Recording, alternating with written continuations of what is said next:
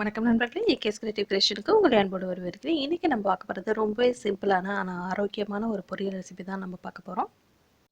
வாங்க எப்படி பண்ணுறதுன்னு பார்க்கலாம். அதுக்கு ஒரு கடாயில் ஒரு ஸ்பூன் அளவுக்கு எண்ணெய் சேர்த்துக்கிறேன். எண்ணெய் நல்லா சூடான பிறகு அதோட கொஞ்சம் போல் கடுகு சேர்த்துடலாம். கடுகு நல்லா வெடித்து வந்துடணும். கடுகு வெடித்த பிறகு காரத்துக்கு 2 காஞ்ச மிளகாய் வந்து நான் சேர்த்துருக்கிறேன். இதோட 2 பெரிய வெங்காயம், மீடியம் சைஸ் உள்ள பெரிய வெங்காயம் வந்து பொடி பொடியாக கட் பண்ணி வச்சுருந்தேன். அந்த வெங்காயத்தையும் உள்ளே சேர்த்துட்டு இதை லைட்டாக வந்து வதக்கிடலாம். இதோட நம்ம சேர்க்க போகிறது பார்த்திங்கன்னா முருங்கைப்பூ. அந்த முருங்கைப்பூவை வந்து வச்சு தான் நம்ம இந்த பொரியல் வந்து பண்ண போகிறோம். முருங்கைப்பூ வந்து எல்லா இடங்கள்லையும் வந்து அதாவது முருங்கைக்கீரை கிடைக்கிறதே இப்போ ரொம்ப கஷ்டமாக இருக்குது. அதோட அந்த முருங்கைப்பூ பார்த்திங்கன்னா எல்லோரும் வந்து தரமாட்டாங்க. இந்த கிராமங்கள்லாம் வந்து இப்போ சில நேரங்களில் மழை நேரங்களில் இல்லை காற்று அதிகமாக அடிக்கக்கூடிய காலங்களில் வந்து அந்த கிளைகள் வந்து முறிச்சிரும். சில நேரம் வந்து அவங்க கீரையோ முருங்கைக்காய் பறிக்கும் போது கூட கிளைகள் வந்து முறிஞ்சு விடுறதுக்கு வாய்ப்பு இருக்குது. அந்த மாதிரி நேரங்களில் அந்த பூவை வந்து எடுத்து இந்த மாதிரி பொரியல் செய்வாங்க. சிலர் வந்து முருங்கைக்கீரை பொரியல் பண்ணுவாங்க பார்த்திங்களா, அதன் கூடயே சேர்த்து வந்து இதை செய்வாங்க. பட் வந்து இது கீரையோடு சேர்த்து செஞ்சாலும் சரி, தனியாக செஞ்சாலுமே ரொம்ப டேஸ்ட்டாக இருக்கும். அதோட ரொம்பவே வந்து சத்து நிறைந்ததும் கூட. நம்ம கீரையில் எந்த அளவுக்கு நம்ம சத்துக்கள் இருக்குது அப்படின்னு நினைக்கிறோமோ அதே அளவுக்கு இந்த முருங்கைப்பூலையும் இருக்குது. அதோடு வந்து இதோட டேஸ்ட்டு பார்த்திங்கன்னா ரொம்ப அற்புதமாகவே இருக்குது. எங்கள் வீட்டில் குழந்தைங்கள்லாம் ரொம்பவே விரும்பி சாப்பிட்டாங்க.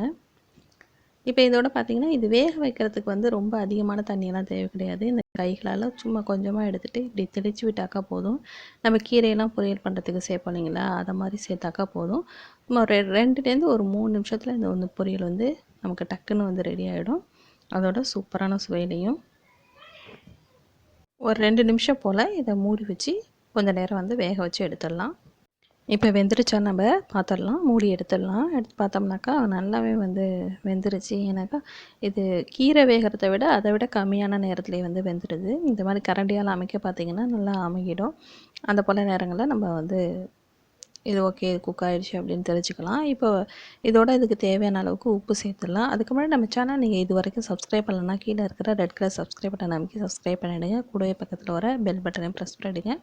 அதில் ஆளுங்கிற ஆப்ஷன் வரும், அதை செலக்ட் பண்ணிவிடுங்க. அப்போ தான் நம்ம சேனலில் எந்த வீடியோ போட்டாலும் உங்களுக்கு உங்களுடைய மொபைலுக்கு நோட்டிஃபிகேஷன் வந்து சேரும்.